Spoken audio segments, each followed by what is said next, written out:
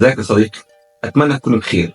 ثانيا هنتكلم النهاردة عن حاجة مهمة جدا في الفيديوهات بتاعتنا وبنستخدمها كتير جدا، فتعالوا النهاردة نتكلم عن التراكنج أو التتبع. ثانيا أهلا بيك على قناتنا مرة تانية رومان الدنيا اللي بنتكلم فيها عن المونتاج والجرافيك ديزاين.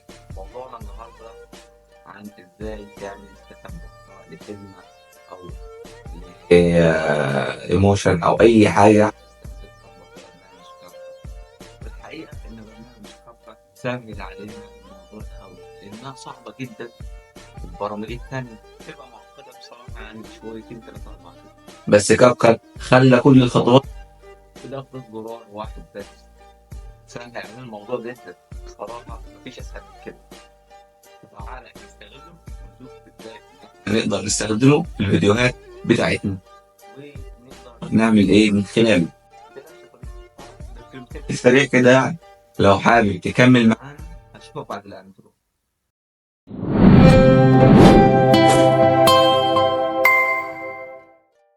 بص يا صديقي، انت هتفتح البرنامج تمام، وهتدوس امبورت هنا، وهتضيف الفيديو اللي انت عايزه في قائمة التايم لاين تحت هنا.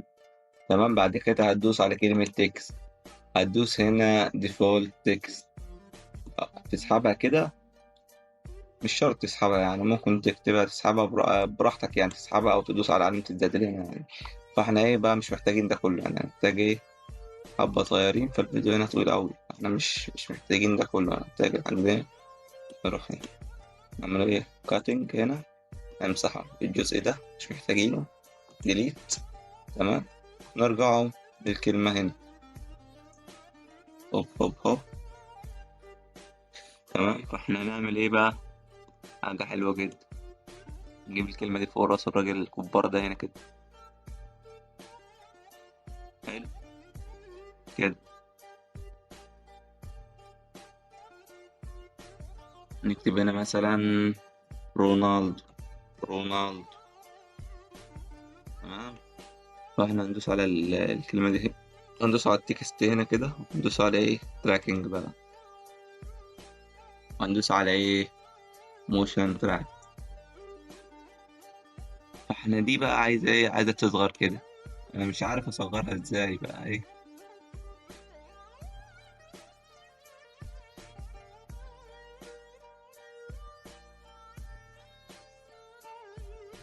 بقى ايه مش عارف يعني، ثواني بس اشوف حاجة كده. بص، فول تراك المفروض كده يبقى ايه، المفروض بقى شغالة كده يعني. فاحنا هندوس ايه بقى ستارت، بعد ما نخلص ندوس هنا ستارت.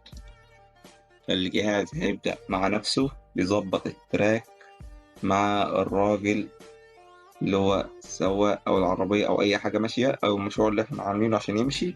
فهو هيبدأ يظبط كده مع نفسه وهيخلصها لك. خلي بالك الحاجات دي مش سهلة، تمام، فممكن متظبطش معاك من أول مرة، وجرب مرة واتنين وتلاتة بأشكال مختلفة وإن شاء الله هتظبط معاك. إن الموضوع صعب جدا، وفي برامج تانية ما بيشتغلش زي كاب كات بضغط الزرار كده، تقعد وقت طويل عشان تعملها وبتحرك وبتعمل حاجات كتير أوي.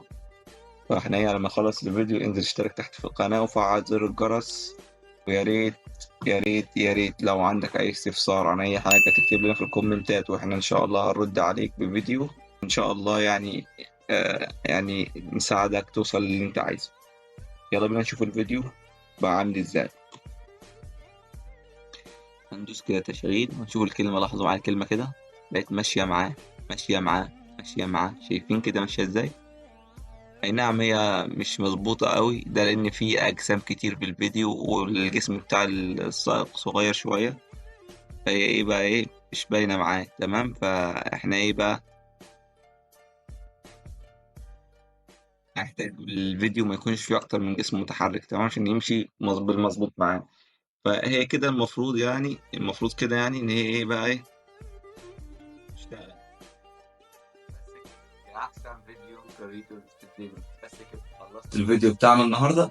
يا ريت تبقى فهمت موضوع التراكنج كويس أوي، عشان بعد كده نشرحه على برامج تانية.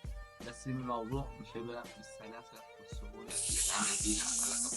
فما تنساش لو استفدت من الفيديو تدعمنا بلايك، ولو ناوي تكمل معانا رحلة كفر سبسكرايب وفعل زر الجرس لو شايف حد هيقدر يستفاد من الفيديو، يا ريت تشير الفيديو وتبعته يا صديقي.